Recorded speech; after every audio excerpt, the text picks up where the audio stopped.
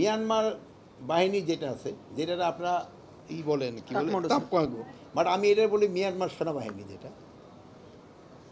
তারা কিন্তু বর্ডার এলাকায় এখন আর নাই। এটা পুরাটা কিন্তু আরাকান আর্মি দখল করে নিয়েছে।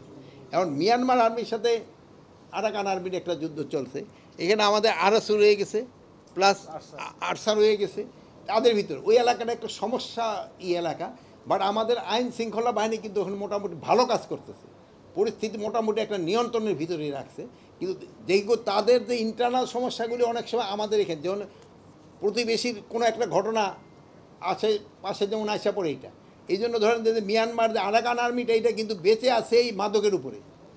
এই মাদকের প্রচুর মাদক আসে, আর এই মাদকের পরিবর্তে আমাদের এখান থেকে কী যাচ্ছে, চাউল, সার, তারপরে আপনার ঔষধপত্র এবং অন্যান্য প্রয়োজনীয় যে এইগুলি, আমি তো এটা আমরা আলোচনা হয়েছে, এইগুলি যেন না যেতে পারে এবং এই মাদক যেন কোনো অবস্থায় আসতে না পারে।